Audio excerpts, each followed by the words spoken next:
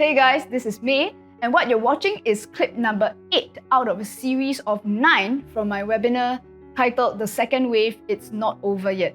So in this video, we are going to zero in on Singapore. Now, the previous few clips have painted a somewhat disruptive or even a distressing picture of what's going to happen in the upcoming 2 years. And I know what's on a lot of people's minds is it going to affect Singapore similarly? So now this brings me to Singapore. I know a lot of people have been waiting for this, right? I did a lot of research. So I did my calculations for Singapore. Usually I do my calculations first, and then I look for the headlines that will help us to understand what is going on. And I have to confess, I had a very different experience with Singapore than with all the other countries that I studied. Because there's the obvious COVID updates, so I'm not going to bother with the COVID updates. But you see, it was very hard for me to find other information. And let me show you what I found over and over again. It's unlike other countries, for Singapore, the headlines look like this. Families are flocking to hotels for staycation right in the middle of a COVID crisis. And then there are other things like cruise, right? So that's the headline, like cruise to nowhere, Genting cruises gets more than 6,000 bookings in 5 days. Singapore's situation seems to be very different from everybody else. And I was just watching the news yesterday, and apparently the airport has just opened something new. People are queuing up to buy $600 tickets to Kuala Lumpur. So the thing is, and we also see other things, like for example, people are still buying cars, even though, and I personally know people who only drive twice a week now because they don't go to the office anymore, but they're still buying cars. So I think to all the people who live in Singapore, whether the shortage hits you or not, okay, because it does help that some people live in very, very wealthy countries. But I think it's time to be prepared, because just because something does not hit you immediately does not mean it is not going to hit you. And I think for a lot of people who are living in a bubble, or they are living in a cotton wool kind of environment, it can mean, now if you live in Singapore and if some of the things that I've shared today is a shock and a surprise to you, that, hey, how come I don't know this? Please really consider that you might not be getting a full range of information from your usual diet of information. So that means this is why I cannot emphasize, please pay attention to what's happening elsewhere. Because by the time it hits you, it might be a bit too late for you to make an adjustment. Please understand what's happening in the rest of the world, even if you yourself are not hit by it. So now in Singapore, what happened was in the whole of 2021, I call it COVID cramping your style, and what we experienced was a half restriction on travel. So it was like, it was kind of open, but then it wasn't really open. And then also things like a lot of like laws, legal systems. It seemed like there were restrictions, and then there was like half restrictions, if you know what I mean. Also things like events, recreational activities, that there was an opening, but it was like half opening, wasn't really full. So what a lot of people were grappling with in 2021 was this thing about COVID. But notice that the end date is the 1st of December. Today is already the 20th of November, which means that is COVID going to continue cramping your style? Good news is, I think no.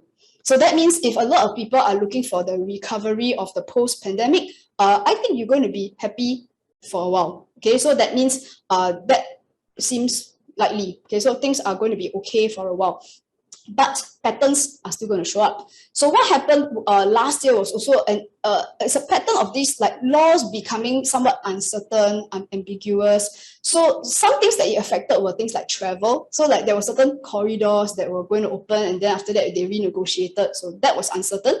Also things like certain laws that have come up might have been quite unclear as to does it cover what or this and that. Also, it affects things like travel, foreigners, journalism, broadcasting. Most of the new requirements are a bit grey on those things. So when it comes down to about May to July, that was when it was strong this year. Now, in the upcoming years, we've looked at a few other countries. As I said, when things are affecting the 4th house, this number 4 here, and Pluto can be, there are some indicators of control. And I would call this some guidelines for mass communication. This also starts to build up from about 3rd of February onwards. That's in a few weeks' time. That you might notice that you're probably going to be informed that more topics will be inappropriate for open discussion. And it will start to ramp up much more strongly in 2023. Okay, and other patterns will show up more this year, in the middle of this year, that you are going to see possibly a discussion on how some of our public or our shared resources will be handled. So as I said earlier, for a country's shared resources, there are all those things that I mentioned earlier, that it could generate a lot of mass discussion in the communities among the people. And the conversation might come in the sense of like, oh, I'm not really sure what this means, and I would like to clarify, and I would like to get more information about why this is so. Okay, so that's how it's going to be. So if you put all of these out together, you can see like the bit of uncertainty in the laws. There can be some guidelines as to what can be discussed and what may not be so appropriate. And then by about May, that's when, so the laws come first. Basically, the laws about what you can discuss will come first in February, and then after that, new discussions will be introduced in April. And then in the middle of the year, now this opposition here will usually cover things like money, shared resources. And if this issue is not resolved, you'll find that what really comes out here is that a lot of attention will be placed onto leaders and communities. Okay, so the first thing is that if you look at in May, it's what I describe as a surprise development when it comes to money and shared resources. Now, the reason is because the planet here, this blue planet, is known as Uranus, and it can cause unprecedented or unpredictable changes. So this is when it will start to affect how money is being handled in the country. So surprise events, it can involve things like money, currency, tax money, your banks, etc. And because if it's Neptune in the second house, there can be some boundaries. Remember, I said Neptune is when things are not clear. So when it comes to things like income and expenditures, and this can also involve some appreciation, recognition for groups and leaders. So, and this will also affect a lot of the future plans that Singapore will have. So if you pay attention to the media and all the discussions on the ground in the middle of the year, some of those discussions may change the direction in how Singapore will develop from here onwards. Then on top of that, you will see that, of course, then once the new guidelines are being put out, there will be a lot of opinions that will come from the working class. So that also occurs around the same time from about May onwards. So the discussion will revolve around topics including things like leaders, money, and boundaries. And also, the assertive opinions will start to show up more in broadcasting and discourse. That will be strong in the third quarter of 2022. And after that, now when you have Saturn in the fifth house, the fifth is for expression. And Saturn can sometimes mean that people are not fully able to access a full range of expression. It will affect, sometimes anything that affects the moon affects the people, affects emotions. So there could be some of these restrictions to personal lives, emotional expression. There will be a lot of rules in order to take care of the people in times of crisis, and the world is a bit messy in other places, that there will be new rules that will take care of the people on the ground. It will affect a lot of people's lives. And that's why on the ground, you will find that a lot of people will not be so open to some of these suggestions. Okay, so that you will have to decide how you are going to adjust. And therefore, and I also want to talk about the people who like to speculate in real estate. This placement is not great for that kind of thing. So generally and I think one of the possibilities is because if I'm correct about what's happening in the US, if property prices start running like crazy, it might be necessary for your sake that real estate needs to be controlled a little bit, right? Otherwise, it's not good news for Singapore also. Then, so this is going to be strong in the middle part of the year. And so if we put out, there are different types of surprise developments. So I just put both dates there.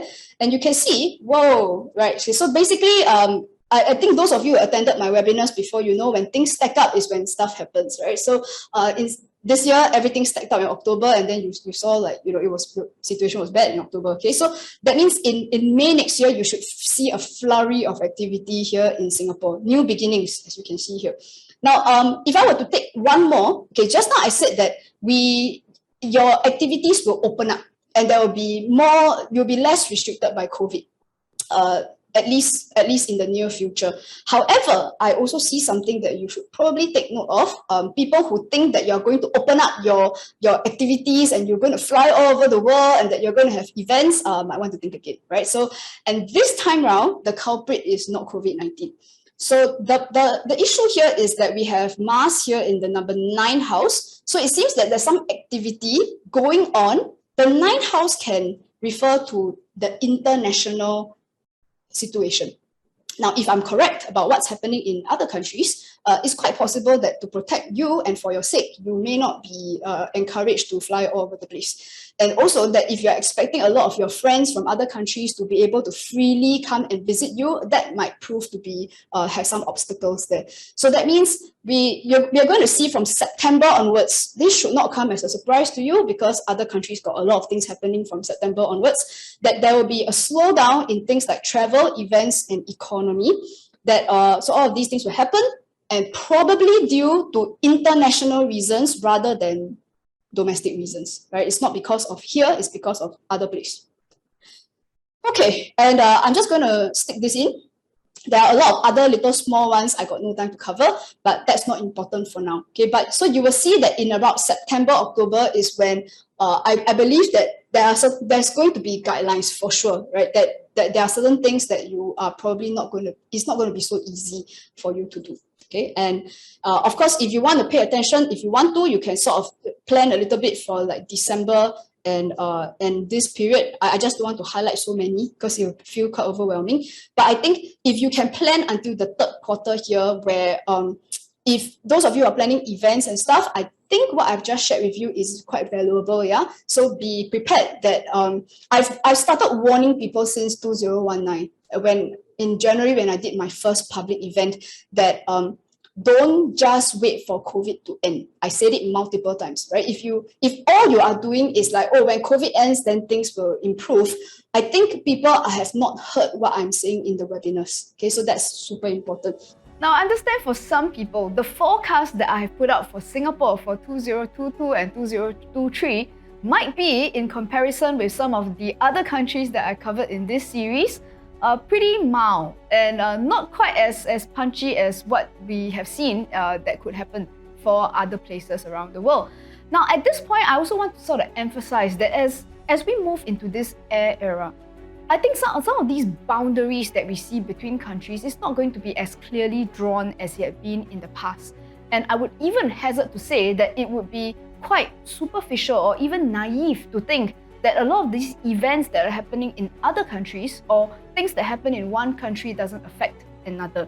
So even if it doesn't affect us immediately, it's very worthwhile to pay attention to what's happening in other parts of the world. So just in case I'm aware that a lot of the people who watch this video are probably going to be Singaporeans, and it's quite possible that you might have just made a beeline for that one clip that is about Singapore. But please don't forget to watch the other clips that have talked about events in other countries, because you definitely want to pay attention to what's happening in the second wave as it affects us. So now this brings us to my next video, which is going to be the last of the series, where we answer the most important question of all, which is, with all of this stuff that's happening in the air era, what can we as individuals do to prepare?